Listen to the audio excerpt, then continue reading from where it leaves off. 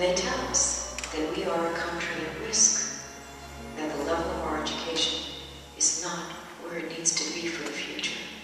And many of these studies are dealing with the basic skills that students have to perform, knowing English, knowing math. But some of them, and I'm very glad of this, and I think you'll agree with me, some of them addressed the importance of art in education, something that I think is key to solving that issue. They raised the fact that music and art are imperative to learning anything.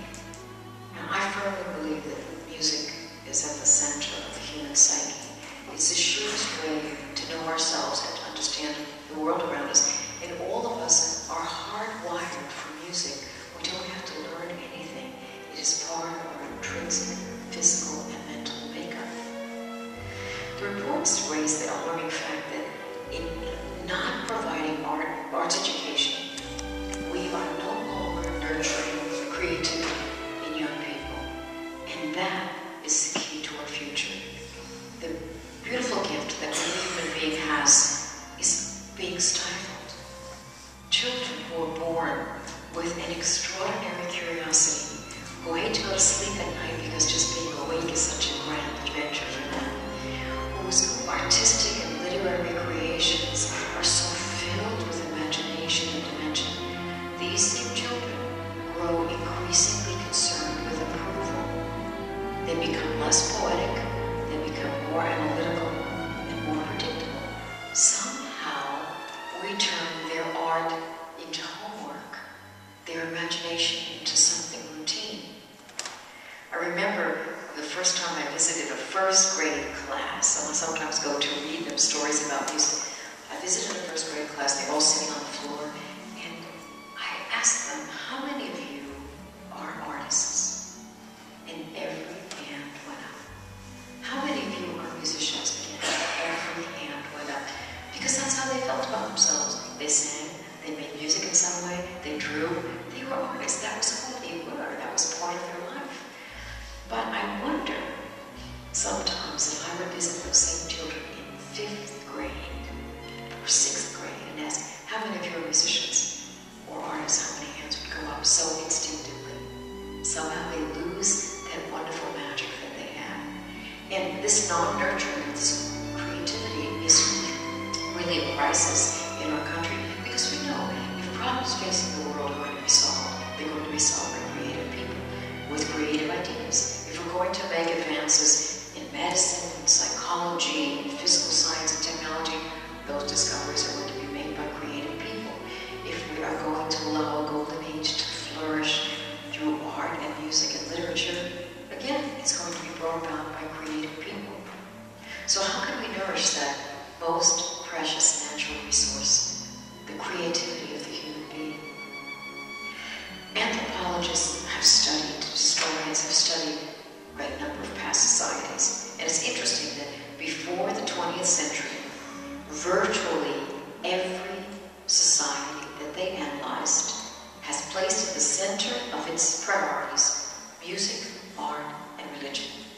Right at the center of what life is about. Actually, the only way we know many of these past societies is through the beautiful and telling remnants of their artistic life. We don't remember their business plans. We see what they left us as artists. But what happened in the 20th century, 21st century, what continues to happen in our society, and most important, how can we nurture this creative process so we can rectify what sometimes becomes skewed priorities in our life? I feel very strongly that music holds the key to that process, this reclaiming of creativity. You may have read about recent research about the structure of the brain and nervous system and its relationship to music, and the results are really astonishing. It seems that different aspects of listening to music, tone, pitch, melody, rhythm, are all processed in different parts of the brain. When someone listens to music, their entire brain lights up. Making music, listening to music, one of the most complex experiences that the brain encounters. Not painful in any way, but very complicated. Many parts of the brain are being exercised and are working. practicing an instrument actually triggers physical changes in the brain. Intensive practicing leads to discernible enlargement of parts of the brain. The cerebral cortex especially. Many, as you know, many of the world's doctors and scientists and mathematicians have played musical instruments since childhood. There's a very, very strong connection.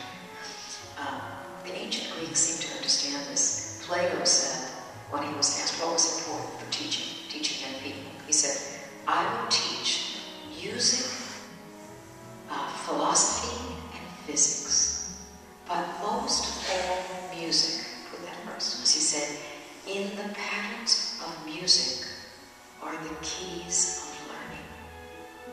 So a very long time ago, he recognized that. Plato actually felt that music was so powerful that he suggested to parents that they limit how many hours in certain keys, certain modes they called them, in certain keys, because listening to too much music, let's say in A minor, would have such a strong effect on the personality and character of the child that you wanted to be sure that they didn't listen to too much at one time. Maybe he was right. He believed the music was very, very powerful. In our time, in more modern times, we think about Albert Einstein, who was an avocational player, and from what people who've heard him play, very, very mildly talented, moderately talented avocational player. But as he playing, he didn't work that. His music was, in his mind, an extension of his thinking process. That's how he used it. It was a way of allowing the subconscious to solve difficult problems. Einstein's son would remember, he said that whenever his father had become really ensnared in something that was very daunting problem, he would always take refuge in his music. And that would resolve all the difficulties. And his wife shared an especially interesting story. This is her words. She was called the doctor. The doctor came down in his dressing gown one day for breakfast as usual, but he didn't eat anything. I thought something was wrong, so I asked him what was troubling him. And he said to me, darling, I have a wonderful idea. After drinking his coffee, he went to the piano. He started playing. Now and again he would stop, he would make a few notes, and he kept telling her, I have a wonderful idea, I have a marvelous idea. And she said, well, tell me, you don't keep me in suspense. And he told her, it's very difficult, I'm still working it out. And she told us that Einstein continued playing the piano, making notes, then he went upstairs to his study, where he stayed for 2 weeks. Every day she would bring up his meals, and every night after eating, he would come downstairs, play the piano, and then go back to work. At the end of those 2 weeks, he came down, she said, looking very pale, put 2 sheets of paper on the table and said to her, that's it. And that was a theory of relativity. And one thing that I cannot understand about Einstein's, but I always remember this, he was asked by a reporter about the theory of relativity. The reporter asked him, I don't know whether he was kidding a little bit, he said, Doctor, can you describe to us the theory of relativity in 48 words or less? And Einstein was not offended by this. He thought about this very seriously. It took a while. He thought about it. And then he said to the reporter, no, I can't. But if you gave me a violin, I could play it for you. Again, seriously. And that's something that has always astonished me. Some of you have met and knew probably well Dr. Herbert Hauptmann, who was an amazing, amazing scientist. I had the pleasure of meeting him, but being on a panel about creativity with Dr. Hauptmann. And after the session, he asked if he could speak to me privately about something that had happened to him that he was a little bit mystified by. He told me that he had been struggling with a very difficult problem in his work. And he was feeling very discouraged. He decided to leave the office and go home. Got in his car, and as he did every single time he got in his car, he put on WNED. And he was listening to music as he was driving home, and he said it was Bach 6th Brandenburg Concerto, the one with the violas. This is really fantastic. And he said he listened to it. He got to his driveway, and it wasn't quite over, so he sat there. He wasn't going to turn it off before the end. He listened to the very end, and he said at the exact moment the piece ended, he realized that he had unlocked the answer to his puzzle. He didn't know how that happened. And he said it wasn't an easy answer because it took him 17 hours to write it down. But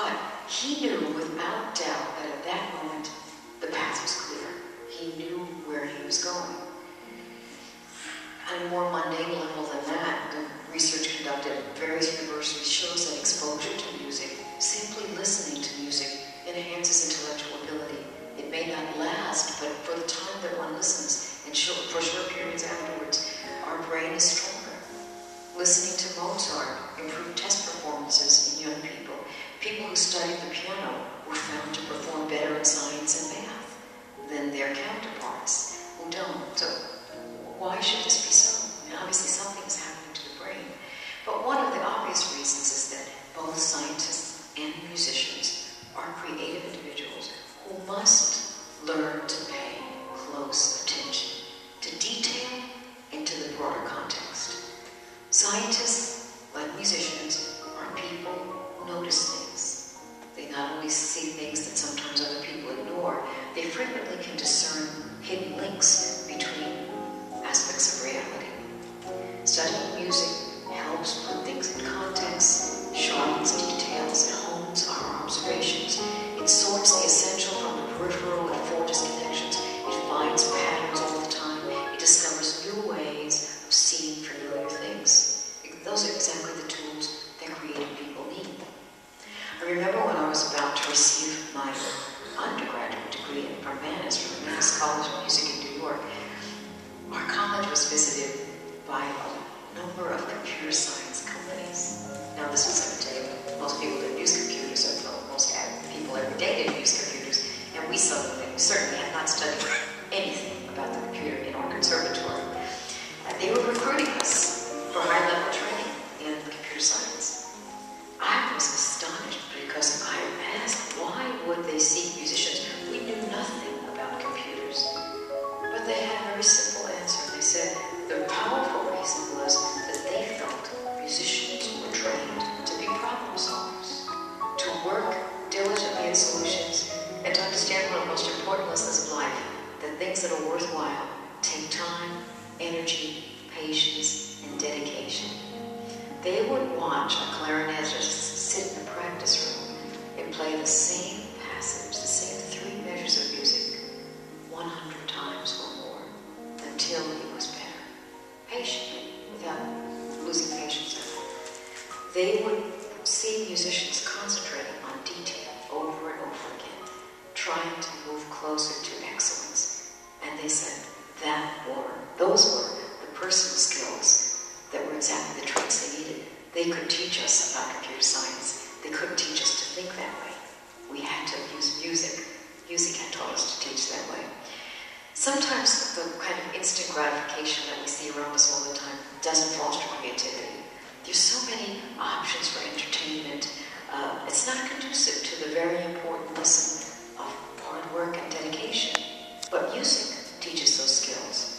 You know, when I visit various youth orchestras or school bands or school choruses, I find that most often the young people in those performing groups are the ones who are on the honor roll, they're on the dean's list, they're the president of the French club. They're the students who are doing well at everything. They're the students who are fun to talk to. They make conversation. They're interested in the world around them. Why? Is it because they were high achievers and they went into music? Or did music help them become high achievers? I'm really certain it's because music has helped to teach them skills that help them succeed in everything. Cooperation, discipline, respect for themselves, respect for others, dedication, the value of hard work. And best of all, those lessons are learned in a context of great joy. There are frankly few things I find as really moving and as inspiring as the happiness on the faces of young musicians after they perform. You've seen student orchestras play and sing. They're so filled with pride and respect for themselves and each other and joy. So learning those lessons for them is done in the most wonderful context. And our emotional response to music, of course, as players or as listeners, is astonishing. We know that music affects levels of various hormones, cortisol, testosterone, oxytocin, and it triggers release of endorphins throughout our body. We're finding more and more that music is being used for healing. There are studies that show that patients who listen to music don't need nearly as many painkillers as other patients. They heal faster. Music does something physically to the body. We've only just begun to scratch the surface of the mystery of music and the brain, and I'm certainly not a scientist, but I think that you can ask all the other musicians